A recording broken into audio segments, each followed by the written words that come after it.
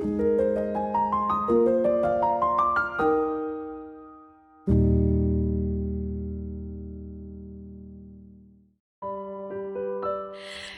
Bapak Ibu Saudara, apa kabar? Senang sekali saya bisa menyapa saudara di dalam program Sapaan Gembala. Nah, sebelum kita membaca dan mendengar firman Tuhan, mari bersama kita berdoa. Tuhan, inilah kami.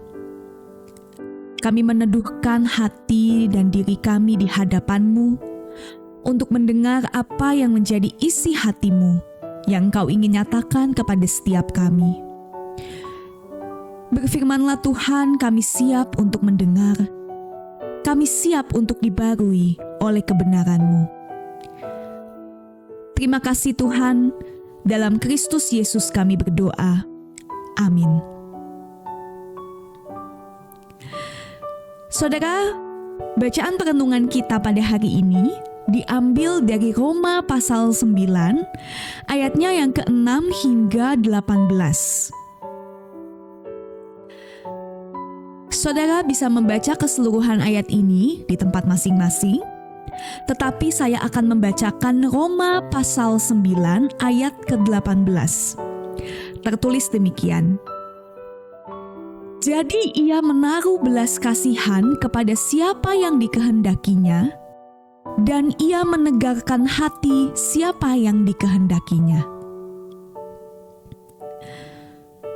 Saudara, jika kita berada di dalam situasi yang sulit atau mengalami pergumulan yang bertubi-tubi, sangat mungkin kita akan mempertanyakan keadilan Allah.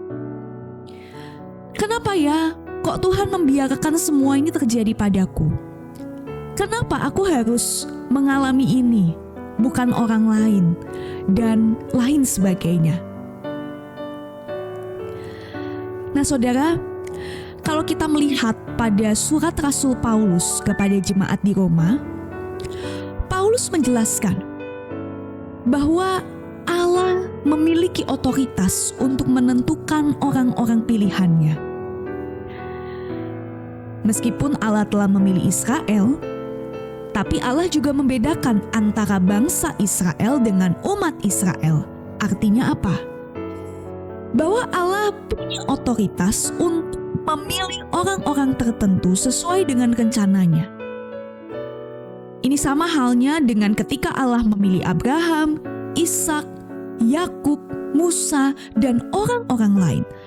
Allah memilih mereka bukan karena mereka layak, tetapi itu semua karena otoritas dan kemurahan Allah pada mereka. Namun itu semua tidak berarti bahwa Allah tidak adil. Sebab di dalam kasih-Nya, Allah tentu memiliki rencana atas setiap peristiwa yang terjadi. Nah, dengan demikian saudara, ketika mungkin kita mempertanyakan tentang keadilan Allah, ingat bahwa sesungguhnya Dia yang berotoritas atas hidup kita. Dan bagian kita bukan untuk mempertanyakan otoritas Allah, tapi berserahlah pada kehendak-Nya. Sebab ketahuilah, Allah begitu mengasihi kita. Ia tidak pernah merancangkan hal buruk kepada kita, dan Ia akan membuat segala sesuatu indah pada waktunya. Saudara, kalau Allah memilih kita dan menetapkan kita untuk mengalami sesuatu hal, maka percayalah, Tuhan juga akan selalu memberikan pertolongannya kepada kita. Maka sebagai anak-anak perjanjian yang telah diselamatkan di dalam iman kepada Yesus Kristus, kita sepatutnya bersyukur. Dan rasa syukur itu diperlihatkan dengan kita bersikap dan bertindak sebagai anak-anak Allah yang taat dan setia. Kiranya Tuhan memberkati kita. Mari kita berdoa. Kami percaya Tuhan, ketika Engkau mengizinkan sesuatu terjadi di dalam hidup ini, Itu semua bukan berarti Tuhan tidak sayang dan Tuhan tidak adil. Kalau Tuhan memilih kami untuk mengalami situasi tertentu, itu berarti Tuhan punya rencana yang indah dalam hidup kami. Tuhan ingin mengajarkan kami sesuatu, dan ajarlah kami untuk tunduk di dalam otoritas-Mu, karena kami tahu bahwa Engkau bukanlah Allah yang merancangkan hal-hal yang jahat kepada kami.